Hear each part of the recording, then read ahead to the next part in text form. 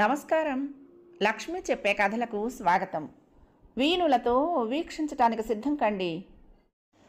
ప్రియ సఖులు, ఇప్పుడు మనం ప్రముఖ రచయిత్రి శ్రీమతి శానాపతి ఏడిద ప్రసన్న లక్ష్మి గారు రచించిన అమ్మమ్మగారి ఇల్లు అనే ఓ చక్కటి కథను విందామండి.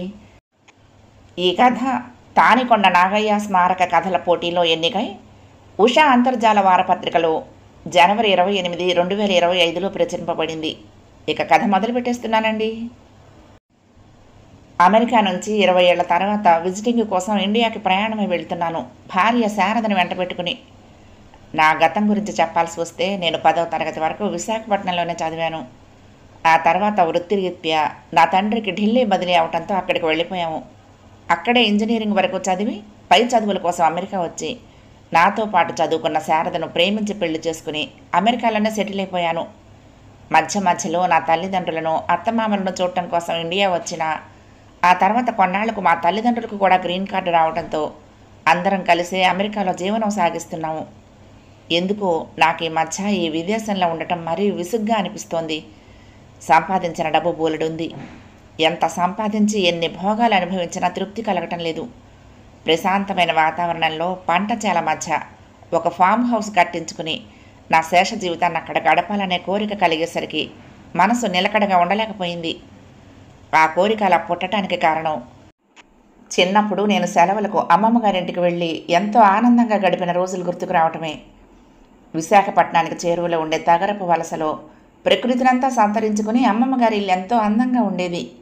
చుట్టూ కొండలు, పచ్చని చెట్లు, వరిచేల మధ్య అన్ని హంగులతో కట్టుకున్న అందమైన డాబా ఇల్లు, పెరటి వైపు పాడి ఆవులు, ఆ పక్కనే 100 గజాల్లో చిన్న చెరువు, అందులో పెరిగే చేపలు, కలువలు, ఇంటి చుట్టూ తిరిగే బాతులు, కోళ్ళు, పెరట్లోని మామిడి జామ చెట్ల మీద వాలి పండ్లను కొరుకు తినే చిలుకలు, ఇలా మనసును హత్తుకున్న మధురమైన ఆకుపచ్చని జ్ఞాపకాలు ఎన్నో. ఎంతో నిండుతనంతో మనసును ఆహ్లాదపరిచేది ఆ ప్రదేశం అంతా. ఆనాటి దృశ్యాలు నా కళ్ళ ముందు మెదులుతూ ఉంటే, అక్కడ ఎంతగానో నేను అల్లరి చేస్తూ చాలా గట్లమ్మట పరిగెడుతూ ఉంటే నన్ను పట్టుకోవాలని చూసి విరమించుకునే తాతయ్య ప్రయత్నం గుర్తుకొచ్చి నా పెదవులపై చిన్నగా నవ్వు మెదిలింది. అంతలోనే తాతయ్య, అమ్మమ్మ నేను ఇంజనీరింగ్ చదివే కాలంలో ఒక బస్సు ప్రమాదంలో చనిపోయారని గుర్తొచ్చి ఆ చేదు నిజాన్ని భరించలేక ఆలోచనల నుండి బయటకు వచ్చేశాను. నేను దీర్ఘంగా ఆలోచిస్తూ గతంలోకి జారిపోయానని నా భార్య గమనించినట్లుంది. మిమ్మల్ని చూస్తూ ఉంటే నిజంగానే ఇండియాలో సెటిల్ అయిపోదామనే నిర్ణయానికి వచ్చేటట్టున్నారు అంది కాస్త భయంగా నా వైపు కటువుగా చూస్తూ. ఏమో చూద్దాం అన్నట్లు బదులుగా చిన్న చిరునవ్వు నవ్వాను. అత్తయ్య గారు, మావయ్య గారు కూడా అమెరికా వాతావరణానికి, జీవనానికి అలవాటు పడ్డారు. పిల్లలైతే ససేమిరా ఇండియాకి రారు. ఆ మాటకొస్తే నేను కూడా రాను. ఇక మనం అక్కడికి వెళ్ళి ఏం చేస్తాం చెప్పండి అంది. నా ముందర కాళ్లకు బంధాలు వేస్తూ అడ్డుకోవాలని చూసింది. నాకు అర్థం అవ్వాలని పదే చెప్తున్న నా భార్య మాటలకు మళ్ళీ నవ్వాను. కానీ ఖచ్చితంగా సమాధానం చెప్పే సమయం అయితే నాకింకా రాలేదనిపించింది. ఆ విదేశంలో ఎన్నాళ్ళని పాతుకుపోతాం? సంపాదన కోసమే ఇక్కడికి వచ్చినా మాతృదేశానికి మించిన దైవం ఉంటుందా? పరదేశీయులనే చులకన భావంతో ఇలా ఎన్నాళ్ళు? ఇండియాకు వెళ్ళి సెటిల్ అవ్వాలన్నది నా ఆశ. నా కల తీరాలంటే ఈ బంధాలకు దూరంగా అప్పుడప్పుడైనా గడపాలేమో. కానీ దూరంగా గడపటం కూడా కష్టమే. 2 దేశాల మధ్య నలుగులాడుతోంది నా మనసు. చిన్నతనంలో నార్త్లో నాటుకుపోవటం వల్ల మళ్ళీ విశాఖపట్నం వెళ్ళడం జరగలేదు. అమ్మమ్మ, తాతయ్య ఉంటే ఎప్పుడైనా వెళ్తూ వస్తూ ఉండేవాళ్ళమేమో. బంధుమిత్రులు విశాఖపట్నంలో పెద్దగా లేకపోయినా కొద్దిమంది ఉన్నారని అమ్మ చెప్తే తెలిసింది. వారితో నాకు అంతగా పరిచయం లేదు. మరెందుకు నాకు ఈ కోరిక? ఏమో, ఇండియా గురించి అంతా గొప్పగా చెప్తూ ఉంటే నా గతపు రోజులన్నీ గుర్తుకొచ్చాయి. మా అమ్మ కోరిక కూడా అదే. ఒరే నాన్న, ఆనాడు మీ అమ్మమ్మ, తాతయ్య పోయారని ఇక ఆ ఇంటితో పనే ఉంటుందని ఆ ఇల్లు అమ్మేశాం. కానీ ఇప్పుడు అనిపిస్తూ ఉంటుంది, విశాఖ లాంటి పచ్చటి సిటీలో ఇల్లు ఉందనిపించుకోవటం ఎన్ని జన్మలెత్తితే దొరుకుతుంది అంటూ చేజార్చుకున్న అదృష్టాన్ని తలుచుకుని ఎన్నోసార్లు నా దగ్గర వాపోయిన మాట నిజమే. నాకే ఎంతగానో నచ్చే ఆ ఇల్లు పుట్టి పెరిగిన అమ్మ మాత్రం ఎలా మర్చిపోతుంది? పైకి అనటం లేదు కానీ లోపల అమ్మా నాన్నలకు ఇండియా వెళ్ళిపోవాలనే ఉంది. నేను నొచ్చుకుంటానని పైకి అనటం లేదు. ఇక్కడ వారికి నచ్చకపోయినా నచ్చినట్టుగా మాతో సర్దుకుపోతున్నట్లు నటిస్తున్నారంతే. ఒకసారి విశాఖపట్నం వెళ్ళి చూస్తే ఏమైనా ఐడియా వస్తుంది. ఆ దరిదాపుల్లోనే మళ్ళీ ఏదైనా పొలం కొనుక్కుని దాని మధ్య ఆ విధంగానే ఇల్లు కట్టాలి. అమ్మ కోరిక తీర్చి అమ్మను నాన్నను ఇండియా తీసుకొచ్చేయాలి. అప్పుడైతే ఇటు అక్కడే పాతుకుపోతామంటున్న భార్య బిడ్డల దగ్గరకు, అటు అమ్మా నాన్నల దగ్గరకు తిరగొచ్చు. దూరమైన చుట్టాలు కూడా దగ్గరవుతారు. ఇలా ఎన్నో ఆలోచనలు నాలో. మేము వస్తున్నామన్న విషయం తెలియగానే నాతో పాటు చదువుకున్న రాజు ఎంతో ప్రేమగా వాళ్ళ ఇంటికి ఆహ్వానించాడు. వాళ్ళ ఇల్లు అంతా ఖాళీయే అని, మాకెలాంటి ఇబ్బంది కలగదని ఎంతో ఆప్యాయంగా పిలిచాడు. నిజానికి అక్కడికి వెళ్ళాక నాకు వాడితో కొంచెం పనుంది, అందుకే కాదనలేకపోయాను. వాళ్ళ ఇంటికి వెళ్ళటం నా భార్య శారదకు ససేమరా ఇష్టం లేదు. దారి పొడుగునా నసుగుతూనే ఉంది. ఒక 10 రోజుల టూర్కి గోల్ చేయకు అన్నాను చిరాగ్గా శారదతో. దాంతో తనకేమీ మాట్లాడక ఊరుకుంది. మేమెక్కిన విమానం విశాఖ విమానాశ్రయంలో ఆగింది. రాజు మమ్మల్ని రిసీవ్ చేసుకోవటానికి వచ్చాడు. అప్పుడప్పుడు ఫేస్బుక్లోని ఫొటోస్ చూడటం వలన బాగానే గుర్తుపట్టుకున్నాము. కారులో వస్తూ ఉంటే దారి పొడుగున మా స్నేహితుల గురించి ఏవో మాట్లాడుతున్నా ఊరినే గమనిస్తున్నాను నేను. ఎంతగా మారిపోయిందో కదా. ట్రాఫిక్ కూడా విపరీతంగా ఉంది. అడుగడుక్కి సిగ్నల్స్ పడుతూ క్లియర్ అవ్వటానికి చాలా సమయం పడుతోంది. బాబోయ్, మరీ ఇంత కష్టమా ఇక్కడ డ్రైవింగ్? ఏ క్షణం ఏ అపాయం ముంచుకొస్తుందో అన్నట్టుంది. ఆ గాభరాకో ఏమో చెమటలు పట్టడం మొదలయ్యాయి. ఇది అమెరికా కాదురా, మరి ఇండియా. ఇక్కడ కష్టాలు ఇలాగే ఉంటాయి. ఈ పొల్యూషన్కి తట్టుకుంటూ వేడిని కూడా భరించాలి. ఒకప్పుడు కాలానుగుణంగా వాతావరణం ఉండేది, ఇప్పుడు అలా ఏం లేదు. ఏ కాలం చూసినా మాకు వేడిగానే ఉంటుంది. తమ కష్టాలు చెప్పుకుపోతున్నాడు రాజు. ఎంత కారుల్లో వెళ్ళినా వాడింటికి చేరేసరికి 2 గంటల పైనే పట్టింది. అదే అమెరికాలో అయితే అంతే సమయంలో ఎన్నో కిలోమీటర్లు దాటి వెళ్ళిపోతాం. ఇదే ఊర్లో ఇల్లు చేరటానికి ఇంత సమయం పట్టిందంటే విశాఖపట్నం చాలా పెద్ద సిటీ అయిపోయిందని అప్పటికి కానీ అర్థమవలేదు. గేటెడ్ కమ్యూనిటీకి సంబంధించి అవ్వటంతో వాడున్న అపార్ట్మెంట్ చాలా పెద్దగా ఉంది. అన్ని హంగులతోనూ చక్కగా ఉంది. ప్రయాణం చేసి రావడంతో మాకు వెళ్ళగానే తిండి ఏర్పాట్లు చేసి ఎంతో ఆప్యాయంగా వడ్డించింది వాళ్ళ ఆవిడ. చాన్నాళ్లకు ఎన్నో రకాలతో భోజనం చేయటం వలన నోటికి ఎంతో రుచిగా అనిపించాయి. అక్కడ అన్నీ సౌకర్యంగా ఉండటంతోనూ రాజు భార్య కూడా కలుపుగోలుతనంగా మాట్లాడటంతోనూ కాస్త ఫ్రీ అయింది నా భార్య. సరేరా, మీకు జట్లాగుంటుంది, రెస్ట్ తీసుకోండి, తర్వాత మాట్లాడుకుందాం అన్నాడు రాజు. నిజంగానే నిద్ర ఊపేస్తుంది మా ఇద్దరిని. మాకిచ్చిన రూమ్కి వెళ్ళి పడుకున్నాము.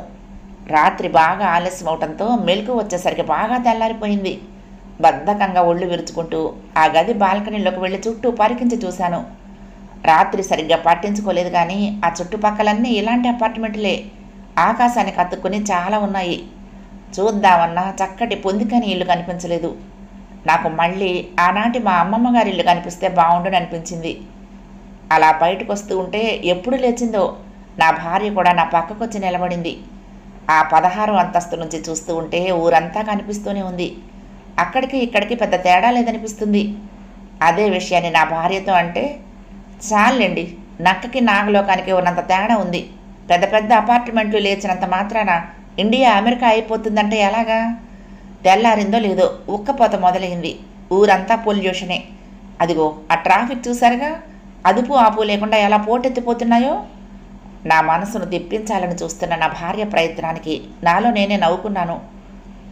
అది సరే శారదా, నువ్వు ఇక్కడికి రాగానే గుడికి వెళ్ళాలన్నావు కదా, దగ్గరలో ఏదైనా గుడి ఉందేమో రాజుని అడుగుతాను, ఈలోగా త్వరగా ఫ్రెష్ అవుదాం అని చెప్పి తప్పించుకున్నాను.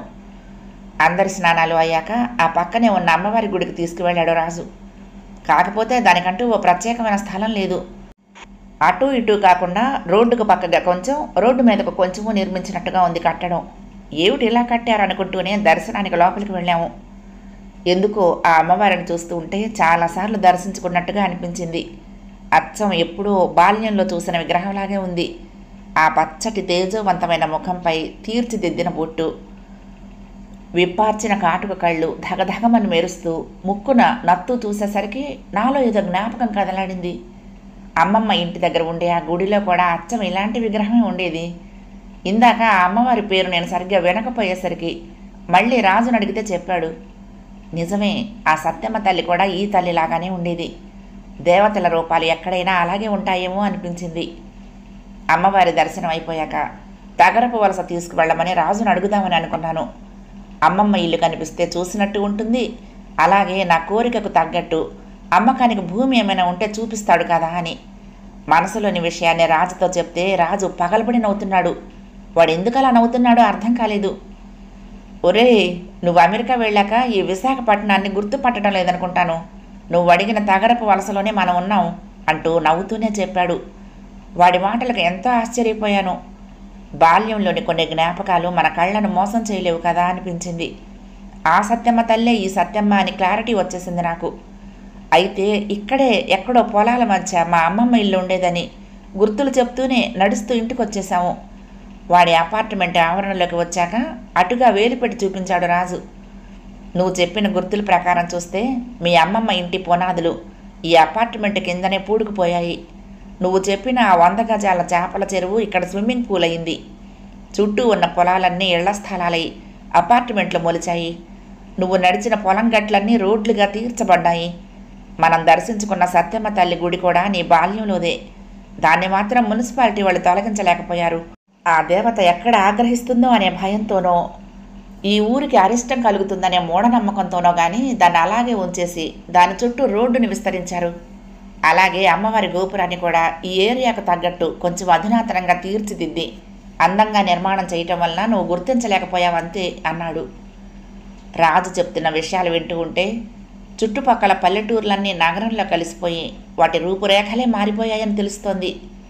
ప్రజలకు తిండి పెట్టే పచ్చటి పైర్లన్నీ పోయి వాటి స్థానంలో సిమెంటు భవనాలు ఆకాశానికి ఎగపాకిపోయాయి. నేనింకా ఆ షాక్ నుంచి తేరుకోనేలేదు. రాజు చెప్తూనే ఉన్నాడు. నీకో నిజం చెప్పనా? నీవు కలలు గన్న ఈ మాతృభూమిపై పూలపాటలు కాదు, ముళ్ళ పొదలు పేరుస్తున్నారు. గట్టిగా వర్షం వస్తే చాలు ఊరంతా మునిగిపోతుంది. సరైన ప్రణాళిక లేకుండా ఇష్టం వచ్చినట్టు ఎవరికి తోచినట్లు వాళ్ళు పాలించే ప్రభుత్వాలు. ఈరోజు గడిస్తే చాలన్నట్లు వ్యవహరించే పనితీరు. అందిన కాడికి దోచుకోవటానికి ప్రభుత్వాలతో పాటు ప్రజలు కూడా భాగస్వాములే. పేరుకు మాత్రమే స్వచ్ఛ భారత్. ఈ దేశం నాదని చెప్పుకోవటం తప్ప సరైన ప్రణాళికలు లేకుండా ఏముంది ఇక్కడ? అందుకే నేటి యువత కూడా విదేశాల వైపే ఎక్కువగా మొగ్గు చూపిస్తూ ఎగిరిపోతున్నారు. పంటలు పండించే పల్లెటూర్లన్నీ అంతరించిపోతూ ఉంటే మున్ముందు మన పిల్లలు పుట్టేసరికి ఆర్థిక సమస్య ఎలా ఉన్నా తినటానికి తిండి గింజలు కూడా దొరకవనిపిస్తుంది. ఇవన్నీ చూస్తూ కూడా నువ్వు ఇక్కడికి వస్తే సుఖాన ఉన్న ప్రాణం దుఃఖాన్ని పెట్టుకున్నట్లే అవుతుంది. రావటం అవసరం అంటావా అంటూ వేదాంత ధోరణిలో ఈ దేశం గురించి చెప్పుకుపోతున్నాడు. వాడి మాటలు వింటూ ఉంటే ఒక్కోసారి ఓ మేధావి కన్నా ఓ పిచ్చోడు చెప్పే మాటలే బుర్రకు పదును పెడతాయేమో. చూస్తూ ఉండగానే భారతదేశ స్థితిగతులు వింటూ 10 రోజులు గడిచిపోయాయి. నాకు ఈ దేశంపై మరి ఎలాంటి ఆలోచన లేదు. నా ఆశకు రూపం ఇచ్చే పునాది రాళ్లు పాతటానికి చోటు ఇక్కడ లేదనిపించింది. పచ్చటి ప్రదేశాలే కావాలనుకుంటే అమెరికాలో కొదవలేదు.